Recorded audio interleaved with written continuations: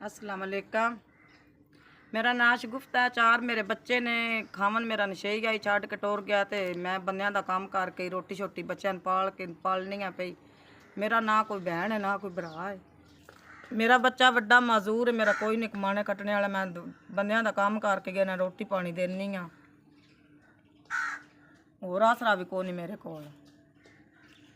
बच्चा मेरा मजदूर है, मैं भी नहीं छड़ के कदम जा सकती। हाथ भी एदा मजदूर है, लत्तां भी ने, तुर फिर नहीं सकता, रोटी नहीं खा सकता, आपे बाहर हल नहीं बह सकता।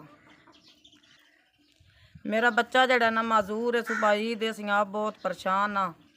जड़ा ना इन्हां दा ख्याल रखां तो बाहर नहीं काम कर सकती, इन्हां दा ख्याल रखिए तो हुण रोटी नहीं खा सकते। मेरे घर सुबाई दे ना कोई चीनी है ना कोई होर समान है, ना इन्हां दे कपड़े ना जुत्तियां ने। वाडा दिते आ 5000 रुपया साडे कोल आ गया। अल्लाह पाक तुहानू सारी फैमिली ने सुख देवे, हिम्मत देवे। अल्लाह पाक तुहानू चोखा देवे, अल्लाह पाक तुहानू बाला देवे।